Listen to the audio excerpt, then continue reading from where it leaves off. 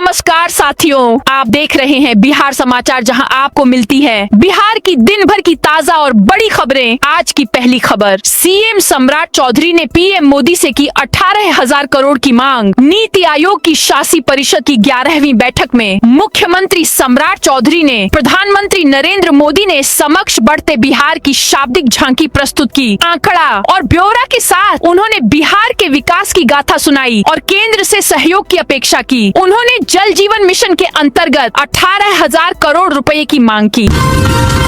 बिहार में मानसून की एंट्री, आंधी बारिश का अलर्ट। बिहार में मानसून की एंट्री हो गई है। मौसम विज्ञान केंद्र के अनुसार किशनगंज, अररिया, सुपौल, पूर्णिया, कटिहार, मधेपुरा और मधुबनी में मानसून पहुंच चुका है। 72 घंटे के अंदर पूरे बिहार में मानसून एक्टिव हो जाएगा। आज पूरे राज्य में आंधी बारिश को लेकर अलर्ट जारी किया है। इसमें पटना, गया समेत 18 जिलों में ऑरेंज और सीतामढ़ी, दरभंगा समेत 20 जिलों में येलो अलर्ट है। आकाशीय बिजली से सबसे ज्यादा तबाही खगड़िया में मची, जहां 3 पीढ़ियों ने एक साथ दम तोड़ दिया। मक्का काट रहे दादा, बेटे और पोते की ठनका से मौत हो गई। सरकारी शिक्षक सावधान, कोचिंग या ट्यूशन पढ़ाने पर होगी कठोर कार्रवाई। बिहार में सरकारी स्कूलों के शिक्षकों के लिए शिक्षा विभाग ने सख्त निर्देश जारी किए हैं। अब कोचिंग संस्थानों या निजी ट्यूशन में पढ़ाने वाले शिक्षकों पर कठोर अनुशासनिक कार्रवाई की जाएगी। इस संबंध में माध्यमिक शिक्षा निदेशालय ने सभी जिलाधिकारियों को पत्र भेजकर नियमों का सख्ती से पालन सुनिश्चित कराने को कहा है। रेलवे पार्सल के जरिए शराब तस्करी का खुलासा, चकमा देकर तस्कर फरार। मुजफ्फरपुर में ट्रेन के जरिए विदेशी शराब की तस्करी का एक नया मामला सामने आया है। सिकंदरपुर थाना पुलिस ने अखाड़ा घाट ढलानी के पास कार्रवाई करते हुए एक ओमेटो और उसमें रखी 3 संदिग्ध पार्सल गठरियां जब्त की हैं। जांच के दौरान गठरियों से भारी मात्रा में विदेशी शराब बरामद हुई। पुलिस की भनक लगते ही तस्कर मौके से फरार हो गए, जबकि पूरे नेटवर्क की पड़ताल शुरू कर दी गई है। पटना में 2 दिन मैंगो फेस्टिवल का आयोजन, 3,000 रुपए किलो मिलेगा जापानी मियाजाकी आम। पटना में 2 दिन शनिवार और रविवार को ग्रैंड मैंगो फेस्टिवल का आयोजन किया जाएगा। शहर के आशियाना दीघा रोड स्थित बधाई बैंक्वेट हॉल में आमों की वैरायटी सजेगी। बिहार नर्सरीमैन एसोसिएशन की ओर आयोजित होने वाले इस फेस्टिवल का उद्घाटन 13 जून को कृषि मंत्री विजय कुमार सिन्हा करेंगे, जबकि वरिष्ठ IAS अधिकारी अंजनी कुमार सिंह विशिष्ट अतिथि के रूप में मौजूद रहेंगे। बिहार में 15 से 21 जून तक चलेगा विशेष अभियान, भूमिहीन परिवारों को होगा फायदा। राजस्व एवं भूमि सुधार मंत्री डॉक्टर दिलीप कुमार जायसवाल ने अधिकारियों को स्पष्ट निर्देश दिया है कि अभियान बसेरा 2 के तहत सर्वेक्षित कोई भी पात्र वास भूमिहीन परिवार लाभ से वंचित नहीं रहना चाहिए। उन्होंने सभी जिलाधिकारियों को 15 जून से 21 जून 2026 तक विशेष अभियान चलाकर शेष सभी पात्र परिवारों को बंदोबस्ती प्रमाण पत्र उपलब्ध कराने का निर्देश दिया है।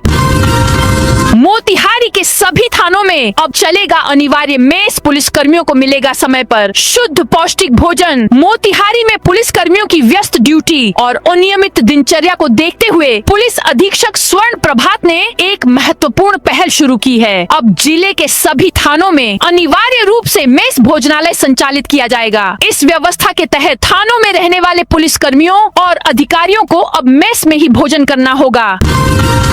पीएम आवास योजना की लंबित किस्तों के लिए 2,365 करोड़ जारी। बिहार के ग्रामीण इलाकों में वर्षों से पक्के मकान की आस लगाए बैठे 12 लाख से अधिक गरीब परिवारों के लिए राहत की खबर है। केंद्र ने आवास के निर्माण के लिए 1,419 करोड़ और राज्य सरकार ने 946 करोड़ रुपए राज्यांश के तौर पर दिए हैं। वित्तीय वर्ष 2024 से 25 और 2025 से 26 के स्वीकृत लक्ष्यों के तहत कुल 1,20,927 लाभार्थियों को आवास की मंजूरी दी गई थी, लेकिन किस्तों के समय पर नहीं मिलने से जमीनी काम ठप था। इस बजट से रुकी हुई विकास परियोजनाओं और निर्माण कार्यों में तेजी आएगी, जिससे चालू मानसून सीजन के दौरान गरीब परिवारों को पक्की छत मिल सकेगी। गया जी के 1,35,000 छात्रों को मिलेगी मार्कशीट। बिहार विद्यालय परीक्षा समिति द्वारा मैट्रिक एवं इंटरमीडिएट परीक्षा 2026 के विद्यार्थियों की मार्कशीट जिला शिक्षा पदाधिकारी कार्यालय विद्यालय को उपलब्ध करा दी गई है। इसके बाद डीईओ कार्यालय ने सभी विद्यालयों के प्रधानाध्यापकों को अंक पत्र प्राप्त कर छात्रों के बीच वितरण सुनिश्चित करने का निर्देश दिया है। किशनगंज में अवैध खनन पर बड़ा एक्शन, 70+ नावें तोड़ी, कई ट्रैक्टर जब्त। किशनगंज में जिला प्रशासन ने बुधवार तड़के अवैध खनन के खिलाफ एक बड़ा अभियान चलाया। इस दौरान विभिन्न घाटों पर एक साथ छापेमारी की गई। सुबह करीब 4 बजे शुरू हुई इस कार्रवाई में 70 से अधिक अवैध नावें नष्ट की गयी और कई ट्रैक्टर जब्त किए गए। जिला प्रशासन और पुलिस की संयुक्त टीम ने जिले के प्रमुख अवैध खनन स्थलों पर छापेमारी की। इनमें अमलझाड़ी, बावनडूबा, ओदरा, बेलवा, मौजबारी। बिहार में पंचायत चुनाव को लेकर बड़ी दावा आपत्ति की तारीख। बिहार में इस साल के अंत तक पंचायत चुनाव हो सकते हैं। इसे लेकर तैयारियां भी तेज हो गई हैं। राज्य निर्वाचन आयोग और प्रशासनिक तौर पर भी काम में तेजी लाई गई है। इस बीच चुनाव को लेकर अपडेट है कि दावा आपत्ति की तारीख बढ़ा दी गई है और इसे 15 जून कर दिया गया है। बताया यह भी जा रहा है कि ग्रामीणों और जनप्रतिनिधियों से मिले दावा आपत्तियों का समय से निपटारा कर लिया जाएगा। इसके बाद 21 जून 2026 को चुनाव को लेकर फाइनल गजट आ सकता है। पूर्णिया में 28 जून से पल्स पोलियो अभियान शुरू होगा। पूर्णिया में 28 जून से 2 जुलाई तक राज्यव्यापी पल्स पोलियो राष्ट्रीय टीकाकरण अभियान चलाया जाएगा। भारत सरकार के निर्देश पर राज्य स्वास्थ्य विभाग द्वारा आयोजित इस अभियान में 0 से 5 वर्ष आयु वर्ग के सभी बच्चों को पोलियो की खुराक पिलाई जाएगी। बिहार शिक्षा विभाग की सख्ती, निजी स्कूलों को वेबसाइट पर अपडेट करना होगा। पूरा ब्यौरा। पटना जिले के निजी स्कूलों को शिक्षा विभाग के वेबसाइट पर सभी आवश्यक जानकारी सार्वजनिक करनी होगी। इसके लिए अंतिम तिथि 30 जून निर्धारित की गई है। जिला शिक्षा कार्यालय को शिकायत मिली है कि कई स्कूल नियमों का पालन नहीं कर रहे हैं। स्कूलों की वेबसाइट से अभिभावकों को पूरी जानकारी नहीं मिल पाती है। पटना में थोक कचरा उत्पादकों के लिए ऑनलाइन पंजीकरण अनिवार्य। केंद्रीय प्रदूषण नियंत्रण बोर्ड CPCB का केंद्रीय पोर्टल शुरू होने के बाद नगर निगम ने शहर के सभी थोक अपशिष्ट उत्पादकों की पहचान और उनका ऑनलाइन पंजीकरण अनिवार्य कराने के लिए अभियान शुरू किया है। इसी कड़ी में गुरुवार को नगर निगम मुख्यालय के सभागार में चिन्हित थोक अपशिष्ट उत्पादकों के लिए विशेष प्रशिक्षण सह हैंड होल्डिंग कार्यक्रम आयोजित किया गया। कार्यक्रम का उद्देश्य संस्थानों को ठोस अपशिष्ट प्रबंधन नियमों, कानूनी प्रावधानों और ऑनलाइन पंजीकरण प्रक्रिया की विस्तृत जानकारी देना था, ताकि नियमों का प्रभावी क्रियान्वयन सुनिश्चित हो सके। रोशन आनंद की जमानत पर फंसा पेंच। खान सर के गार्ड्स की जमानत पर भी सुनवाई टली। पटना सिविल कोर्ट में खान के बॉडीगार्ड्स और ज्ञान बिंदु के रोशन आनंद की जमानत याचिका पर आज सुनवाई हुई। रोशन आनंद की ओर से जिला जज के यहाँ बेल फाइल की गई थी, जो ट्रांसफर होकर ADJ 33 के कोर्ट में गया है। पक्ष आज कोर्ट में सुनवाई के दौरान विरोधी पक्ष के वकील ने बहस नहीं की, बल्कि टाइम पिटीशन देकर समय मांग लिया गया। अब रोशन आनंद की जमानत पर सोमवार को सुनवाई होगी। मंत्री अशोक चौधरी का एक्स अकाउंट हैक करने की कोशिश। बिहार के खाद्य एवं उपभोक्ता संरक्षण मंत्री अशोक चौधरी के आधिकारिक एक्स अकाउंट की सेटिंग्स और एक्सेस के साथ छेड़छाड़ का मामला सामने आया है। इस संबंध में पटना के साइबर क्राइम थाने में मंत्री के बयान पर उनके पूर्व निजी सहायक PA निशांत केतुझा के खिलाफ प्राथमिकी दर्ज की गई है। बिहार में पत्थर और स्टोन डस्ट की रॉयल्टी दरें बढ़ी। राज्य सरकार ने पत्थर और स्टोन डस्ट की रॉयल्टी दरों में संशोधन किया है। पहले जहां पत्थर पर 150 रुपये प्रति घन मीटर और स्टोन डस्ट पर 30 रुपये प्रति घन मीटर की रॉयल्टी लगती थी, वहीं संशोधित नियमावली 2026 के प्राविधानों के अनुसार अब दोनों खनिजों के लिए समान दर 500 रुपये प्रति घन मीटर निर्धारित की गई है। 15 जून से नहीं चलेगा पीपा पुलों पर यातायात। मानसून के आगमन और गंगा नदी के जलस्तर में संभावित बढ़ोतरी को देखते हुए जिला प्रशासन ने पटना, वैशाली और सारण जिलों को जोड़ने वाले 3 महत्वपूर्ण पीपा पुलों पर यातायात बंद करने का निर्णय लिया है। बिहार राज्य पुल निर्माण निगम लिमिटेड कार्य प्रमंडल पटना 1 की ओर से जारी सूचना के आधार पर समाहरणालय पटना ने यह जानकारी दी है। बिहार में एक 120 करोड़ का बड़ा निवेश। कुमारबाग में लगेगा CBG प्लांट। पश्चिम चंपारण के कुमारबाग औद्योगिक क्षेत्र में स्वच्छ ऊर्जा और रोजगार का बड़ा केंद्र विकसित होने जा रहा है। यहाँ 120.74 करोड़ रुपए की लागत से अत्याधुनिक कंप्रेस्ड बायोगैस CBG प्लांट स्थापित किया जाएगा। इस परियोजना से न केवल हरित ऊर्जा उत्पादन को बढ़ावा मिलेगा, बल्कि प्रत्यक्ष और अप्रत्यक्ष रूप से लगभग 370 लोगों को रोजगार मिलने की संभावना है। छोटी नाव नहीं चलने से रोजी रोटी बंद की कगार पर। पटना के बाढ़ स्थित उमानाथ मंदिर घाट के सामने गंगा नदी में नाव पलटने से 7 लोगों की मौत हो गई थी। इस घटना के बाद प्रशासन ने 3 में से 2 प्रमुख घाटों को बंद कर दिया। प्रशासन ने अनुमंडल क्षेत्र में गंगा में छोटे नावों डेंगी के परिचालन पर रोक लगा रखी है। छोटी नावों पर रोक लगने की वजह से किसानों की आजीविका प्रभावित हो रही है। उनका कहना है कि उनकी सब्जियां सड़ रही हैं। नालंदा के 9,800 कुटीर ज्योति उपभोक्ताओं को मिलेगा मुफ्त सोलर। नालंदा में प्रधानमंत्री सूर्य घर मुफ्त बिजली योजना के सफल और तीव्र क्रियान्वयन को लेकर जिला प्रशासन पूरी तरह मुस्तैद हो गया है। आगामी 14 जून को मुख्यमंत्री सम्राट चौधरी की ओर से इस महत्वाकांक्षी योजना की शुरुआत किए जाने वाले कार्यक्रम की तैयारियों को अंतिम रूप दिया गया। जहानाबाद में 946 लीटर जब्त। शराब नष्ट उत्पाद विभाग की बड़ी कार्रवाई। जहानाबाद जिले में अवैध शराब कारोबार के खिलाफ चलाए जा रहे अभियान के तहत उत्पाद विभाग ने बड़ी कार्रवाई की है। इस दौरान कुल 946 लीटर जब्त शराब का विनष्टीकरण किया गया। यह कार्रवाई जिला प्रशासन के निर्देश पर की गई, जिसमें उत्पाद विभाग के अधिकारियों के साथ अन्य संबंधित पदाधिकारी भी मौजूद रहे। लोन देने में कंजूस बैंकों पर सख्ती। 6 महीने में सुधरे, नहीं तो पैसा जमा नहीं करेगी सरकार। लोन देने में कन्नी काटने वाले बैंकों में बिहार सरकार पैसा जमा करना बंद कर देगी। इससे पहले उन्हें 6 महीने सुधरने का मौका दिया जाएगा। इस दौरान भी जमा की तुलना में कर्ज का आंकड़ा नहीं सुधारने वाले बैंकों के खाते से बिहार सरकार के विभाग अपना पैसा निकालना शुरू कर देंगे। उप मुख्यमंत्री सह वित्त मंत्री विजेंद्र प्रसाद यादव ने राज्य में बैंकों के प्रदर्शन की समीक्षा के लिए गठित उच्च स्तरीय समिति की इस अनुशंसा को हरी झंडी दे दी है। डिप्टी सीएम विजेंद्र यादव को मिली धमकी, पार्सल बुकिंग का झांसा दिया। बिहार के उप मुख्यमंत्री विजेंद्र प्रसाद यादव को एक अज्ञात व्यक्ति ने फोन कर अपशब्द कहे, धमकी भी दी है। कॉल करने वाले ने पार्सल बुकिंग का झांसा देकर संपर्क किया और बाद में लगातार अपशब्दों का इस्तेमाल करते हुए परेशान किया। मामला 5 जून का है। बिहार में विकास की रफ्तार सुस्त पड़ी। सरकार ने पुल सड़क पर खर्च 38% तक घटाया। बिहार में विकास की रफ्तार सुस्त पड़ गई है। सरकार ने पुल और सड़कों के निर्माण पर होने वाले खर्च में 38% तक की कटौती कर दी है। महालेखाकार AG के वित्तीय वर्ष 2025 से 26 के अंतरिम आंकड़ों ने इस कड़वी सच्चाई को उजागर किया है कि राज्य सरकार बुनियादी ढांचे के निर्माण से पीछे हट रही है। आंकड़ों के मुताबिक पिछले साल की तुलना में बुनियादी ढांचे पर होने वाला खर्च लक्ष्य से 38% घट गया है।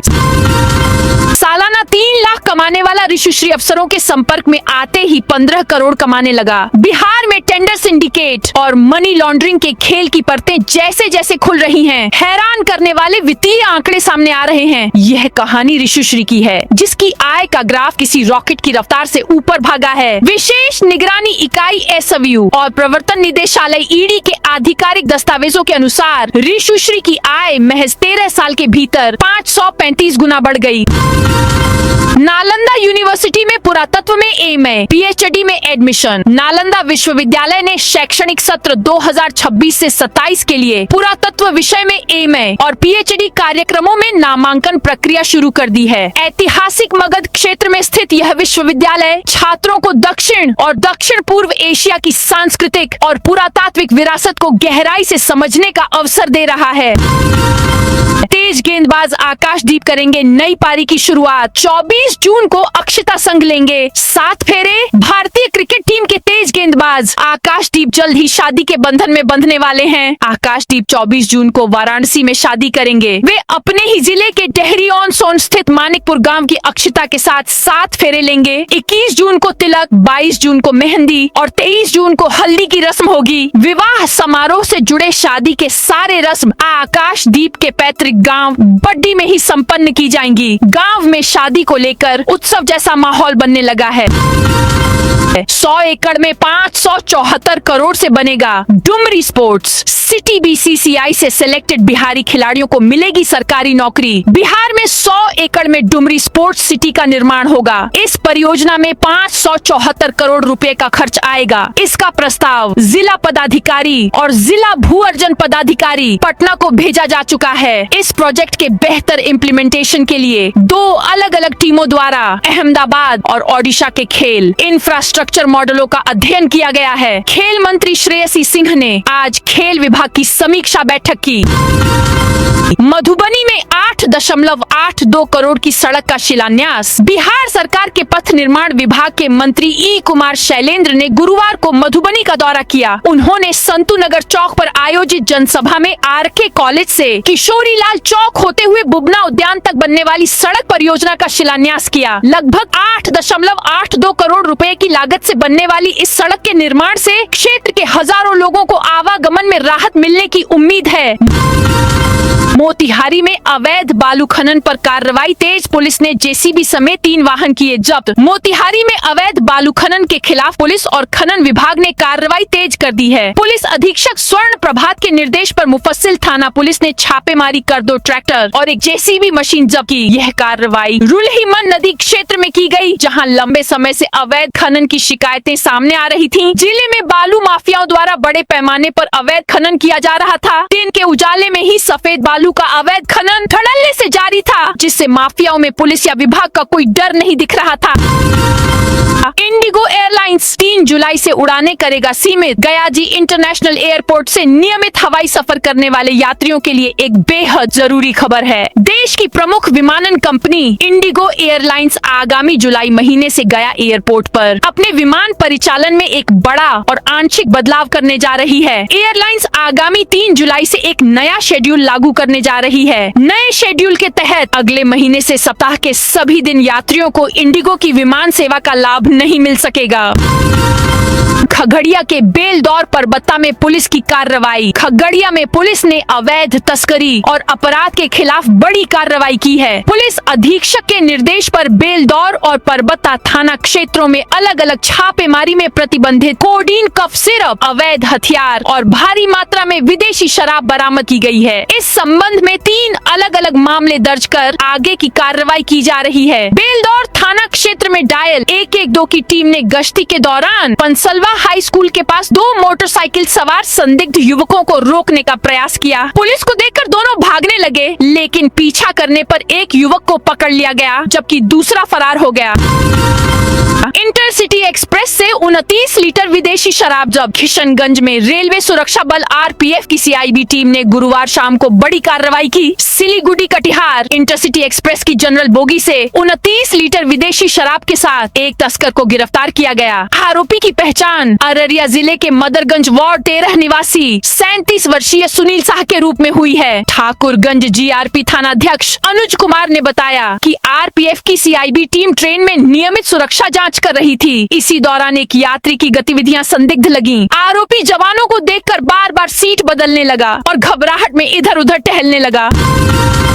निशांत कॉलेज से भागे, इसलिए इंजीनियर नहीं बन पाए। कंगन विवाद पर राबड़ी के मुंह बोले भाई और RJDMLC सुनील सिंह ने बड़ा बयान दिया है। उन्होंने कहा कि राबड़ी कभी डायमंड ज्वेलरी नहीं पहनती है। हर चकमने वाली चीज हीरा नहीं होती है। गुरुवार को लालू यादव के जन्मदिन पर राबड़ी ने सिंगर छोटू छलिया को अपने कंगन गिफ्ट में दिए थे। सिंगर ने बताया था कि ये कंगन हीरे के हैं। इसके बाद JDU ने मामले की ED से जांच करवाने की मांग की थी। सुनील कुमार सिंह ने कहा कि जनता को गुमराह किया जा रहा था। निशांत 12वीं पास है, कॉलेज से कूदकर भाग गया था। ये लोग इंजीनियर निशांत कहते रहे, लेकिन जब उसने अपना हल्फनामा दाखिल किया तो पता चला कि वो 12वीं पास है। एक ग्राहक को 200 लीटर से ज्यादा डीजल नहीं। Commercial user retail petrol pump से ईंधन नहीं खरीद पाएंगे। आम ग्राहक एक दिन में अधिकतम 200 लीटर ही डीजल खरीद पाएंगे। इस डीजल को दोबारा बेचने पर पूरी तरह रोक रहेगी। इसके अलावा अब फैक्ट्रियों और कमर्शियल यूजर्स को रिटेल आउटलेट से ईंधन नहीं मिलेगा। केंद्र सरकार ने 11 जून 2026 को इसे लेकर आदेश जारी किया है। अब इन बड़े उपभोक्ताओं को केवल बल्क सेल पॉइंट से ही ईंधन खरीदना होगा। सरकार ने यह कदम देश के कुछ हिस्सों में रिटेल पंपों पर अचानक बड़ी असामान्य बिक्री को देखते हुए उठाया है। यह पाबंदी शुरुआती तौर पर 90 दिनों के लिए लागू की गई है। सरकार का कहना है कि इस फैसले से आम उपभोक्ताओं के लिए ईंधन की किल्लत नहीं होगी। शूटर जसपाल राणा का निधन। कॉमनवेल्थ गेम्स में 9 गोल्ड जीते। भारत के दिग्गज शूटर जसपाल राणा का शुक्रवार को निधन हो गया। 1 जून को जर्मनी से लौटते समय फ्लाइट में 49 साल के राणा की तबीयत बिगड़ी थी। दिल्ली पहुंचने पर उन्हें एक निजी अस्पताल में भर्ती कराया गया था, जहां उनके हार्ट में स्टेंट डाला गया था। National rifle association of India के प्रेसिडेंट कालीकेश नारायण सिंहदेव ने उनके निधन की पुष्टि की। राणा पेरिस ओलंपिक में डबल ओलंपिक मेडल जीतने वाली शूटर मनु भाकर के कोच भी थे। उन्हें फरवरी 2025 में 25 मीटर पिस्टल के लिए भारतीय जूनियर टीम का हाई परफॉर्मेंस कोच बनाया गया था। तो दोस्तों, यह थी आज बिहार की दिन भर की ताजा और बड़ी खबरें। अब कल मिलते हैं नई खबरों के साथ।